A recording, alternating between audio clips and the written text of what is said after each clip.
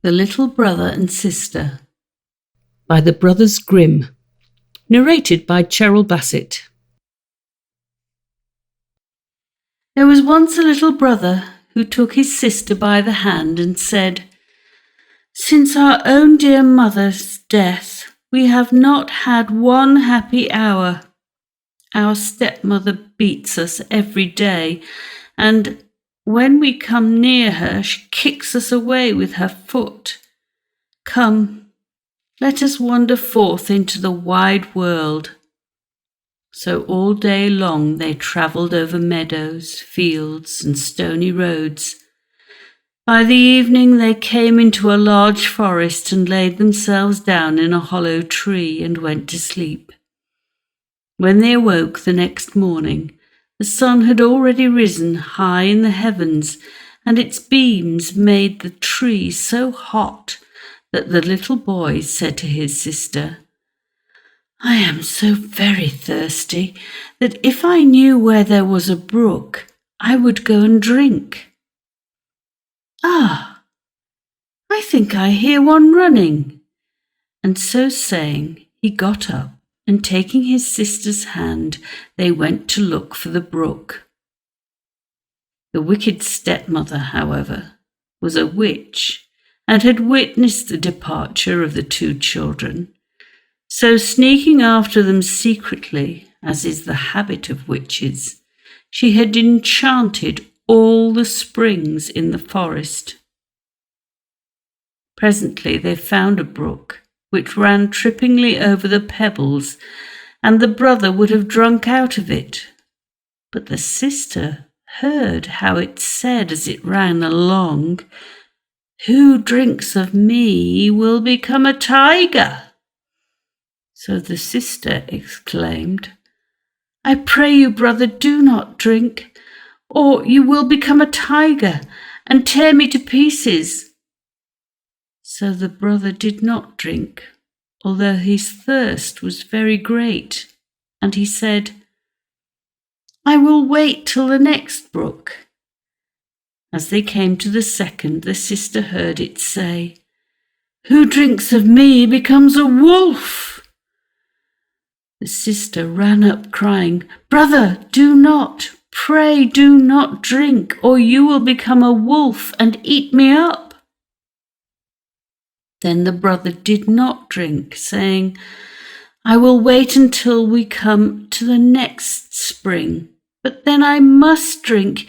You may say what you will, my thirst is much too great." Just as they reached the third brook, the sister heard the voice saying, "Who drinks of me will become a fawn. Who drinks of me will become a fawn." So the sister said, "Oh, my brother, do not drink. You will be changed into a fawn and run away from me." But he had already kneeled down, and he drank of the water, and as the first drops passed his lips, his shape took that of a fawn. At first his sister wept over her little changed brother, and he wept too, and knelt by her very sorrowful. But at last the maiden said, "Be still, dear little fawn, and I will never forsake you." And taking off her golden garter, she placed it round his neck, and weaving rushes made a girdle to lead him with. This she tied to him, and taking the other end in her hand, she led him away, and they travelled deeper and deeper into the forest. After they had gone a long distance, they came to a little hut, and the maiden, peeping in, found it empty and thought, "Here we can stay and dwell." Then she looked for leaves and moss to make a soft couch for the fawn, and every morning she went out and collected roots and berries and nuts for herself, and tender grass for the fawn. In the evening, when the sister was tired, and had said her prayers, she laid her head upon the back of the fawn, which served for a pillow, on which she slept soundly. Had but the brother regained his own proper form, their lives would have been happy indeed.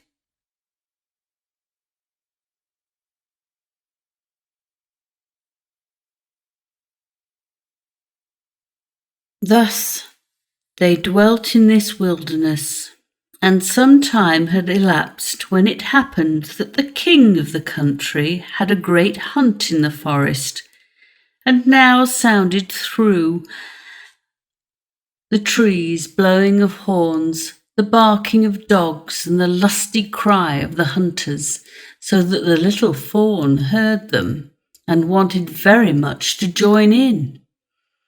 "Ah," said he to his sister, "let me go to the hunt. I cannot restrain myself any longer." And he begged so hard that at last she consented. "But," she told him, "return again in the evening, for I shall shut my door against the wild huntsman, and that I may know you, do you knock and say, 'Sister, dear, let me in,' and if you do not speak, I shall not open the door." As soon as she had said this, the little fawn sprang off, quite glad and merry in the fresh breeze. The king and his huntsmen perceived the beautiful animal and pursued him, but they could not catch him. And when they thought they certainly had him, he sprang away over the bushes and got out of sight. Just as it was getting dark, he ran up to the hut and, knocking, said, "Sister mine, let me in." Then she unfastened the little door, and he went in and rested all night long upon his soft couch. The next morning the hunt was commenced again, and as soon as the little fawn heard the horns and the tally-ho of the sportsmen, he could not rest, and said, "Sister, dear, open the door. I must be off." The sister opened it, saying, "Return at evening, mind, and say the words as before." When the king and his huntsmen saw him again, the fawn with the golden necklace, they followed him close, but he was too nimble and quick for them. The whole day long they kept up with him, but towards evening the huntsmen made a circle around him, and one wounded him slightly in the hinder foot, so that he could run but slowly. Then one of them slipped after him to the little hut and heard him say, "Sister dear, open the door," and saw that the door was opened and immediately shut behind him. The huntsman, having observed all this, went and told the king what he had seen and heard, and he said, "On the morrow I will pursue him once again." The sister, however, was terribly afraid when she saw that her fawn was wounded, and washing off the blood, she put herbs upon the foot and said, "Go and rest upon your bed, dear fawn, that your wound may heal." It was so slight that the next morning he felt nothing of it, and when he heard the hunting cries outside, he exclaimed, "I cannot stop away. I must be there, and none shall catch me so easily again." The sister wept very much and told him, "Soon they will kill you, and I shall be here alone in this forest, forsaken by all the world. I cannot let you go." "I shall die here in vexation," answered the fawn, "if you do not, for when I hear the horn, I think I shall jump out of my skin." The sister, finding she could not prevent him, opened the door with a heavy heart, and the fawn jumped out quite delighted into the forest.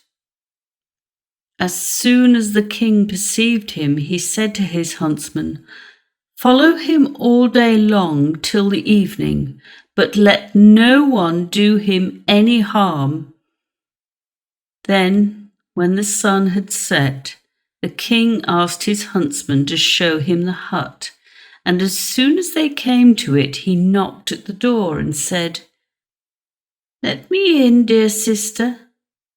Upon this the door opened, and stepping in, the king saw a maiden more beautiful than he had ever beheld before.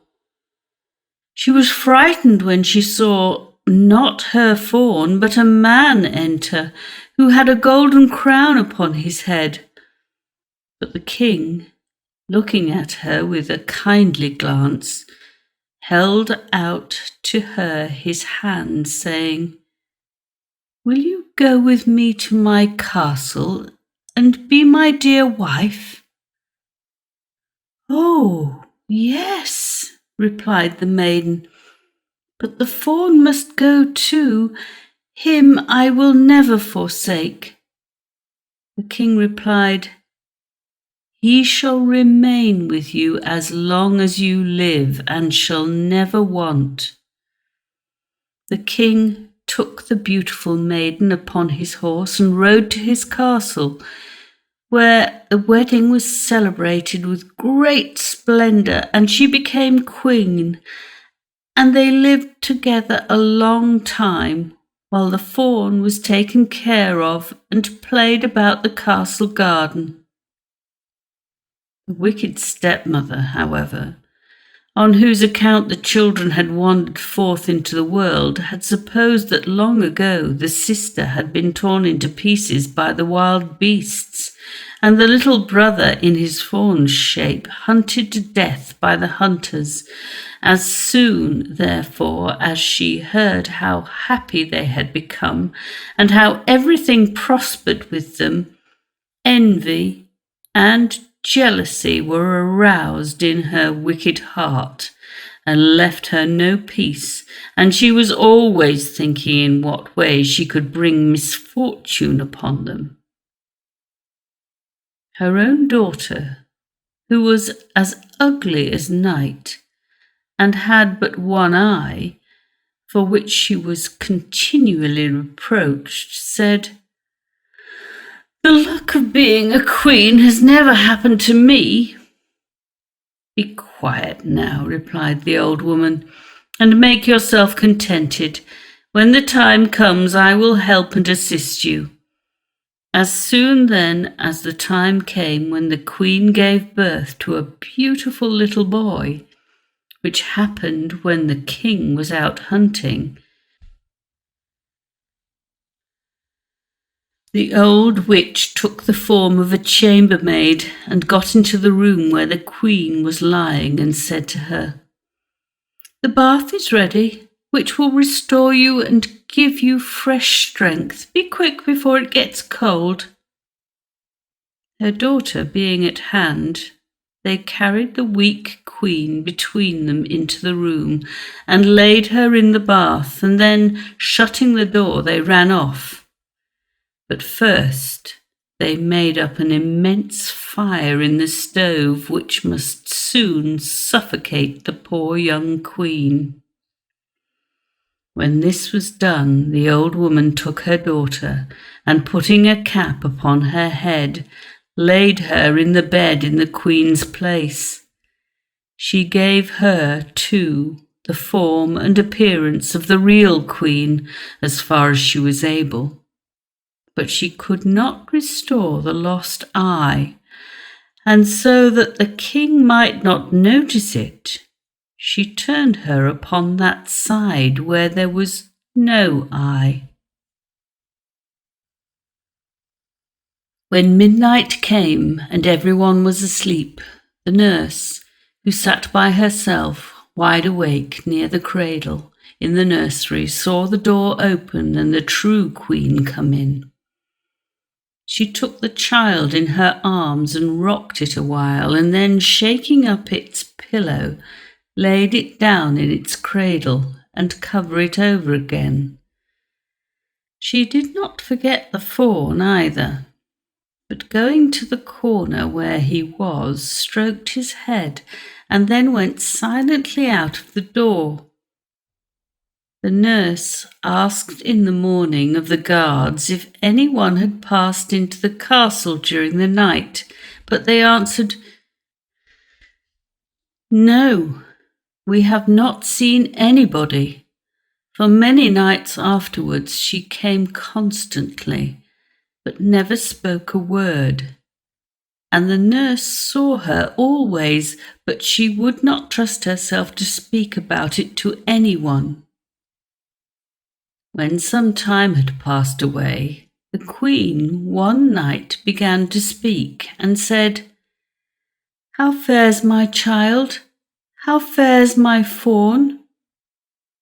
Twice more will I come, but never again." The nurse made no reply, but when she had disappeared, went to the king and told him. The king exclaimed, "Oh, mercy, what does this mean? The next night I will watch myself by the child." So in the evening he went into the nursery, and about midnight the queen appeared and said, "How fares my child? How fares my fawn? Once more will I come, but never again." And she nursed the child as she usually did, and then disappeared. The king dared not speak, but he watched the following night, and this time she said, "How fares my child? How fares my fawn? This time have I come, but never again." At these words the king could hold back no longer, but springing up cried, "You can be no other than my dear wife." Then she answered, "Yes, I am your dear wife." And at that moment her life was restored by God's mercy, and she was again as beautiful and as charming as ever. She told the king the fraud which the witch and her daughter had practiced upon him, and he had them both tried, and sentence was pronounced against them. The little fawn was disenchanted and received once more his human form, and brother and sister lived happily together to the end of their days. Brothers Grimm. The Brothers Grimm, Die Brüder Grimm or Die Gebrüder Grimm, Jacob 1785 to 1863, and Wilhelm Grimm 1786 to 1859, were German academics, philologists, cultural researchers, lexicographers and authors who together collected and published folklore during the 19th century. They were among the best-known storytellers of folk tales and popularized stories such as Cinderella, The Frog Prince, The Goose Girl, Hansel and Gretel, Rapunzel, Rumpelstiltskin, Sleeping Beauty and Snow White. Their first collection of folk tales, Children's and Household Tales, was published in 1812. The brothers spent their formative years in the German town of Hanau. Their father's death in 1796 impoverished the family and affected the brothers for many years after. They attended the University of Marburg, where they developed a curiosity about German folklore, which grew into a lifelong dedication to collecting German folk tales.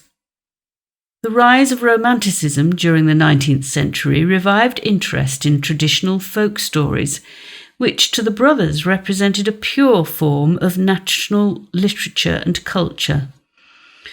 With the goal of researching a scholarly treatise on folk tales, they established a methodology for collecting and recording folk stories that became the basis for folklore studies. Between 1812 and 1857, their first collection was revised and republished many times, growing from 86 stories to more than 200. In addition to writing and modifying folk tales, the brothers wrote collections of well-respected German and Scandinavian mythologies, and in 1838 they began writing a definitive German dictionary, Deutsches Wörterbuch, which they were unable to finish during their lifetimes. Many of the Grimm's folk tales have enjoyed enduring popularity. The tales are available in more than 100 languages and have been adapted by filmmakers including Lotte Reiniger and Walt Disney, with films such as Snow White and the Seven Dwarfs and Sleeping Beauty. During the 1930s and 40s, the tales were used as propaganda by the Third Reich. Later, in the 20th century, psychologists such as Bruno Bettelheim reaffirmed the value of the work, in spite of the cruelty and violence in original versions of some of the tales, which the Grimms eventually sanitized. Writing. From 1807 onward, the brothers added to the collection. Jacob established the framework, maintained through many iterations, from 1815 until his death. Wilhelm assumed sole responsibility for editing and rewriting the tales. He made the tales stylistically similar, added dialogue, removed pieces that might detract from a rustic tone, improved the plots, and incorporated psychological motifs.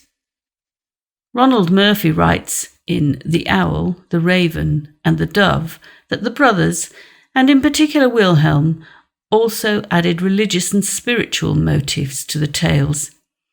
He believes that Wilhelm gleaned bits from the old Germanic faiths, Norse mythology, Roman and Greek mythology, and biblical stories that he reshaped. Over the years, Wilhelm worked extensively on the prose, expanded and added detail to the stories to the point that many grew to be twice the length of those in the earliest published editions. In the later editions, Wilhelm polished the language to make it more enticing to a bourgeois audience, eliminated sexual elements, and added Christian elements. After 1819, he began writing for children. Children were not initially considered the primary audience.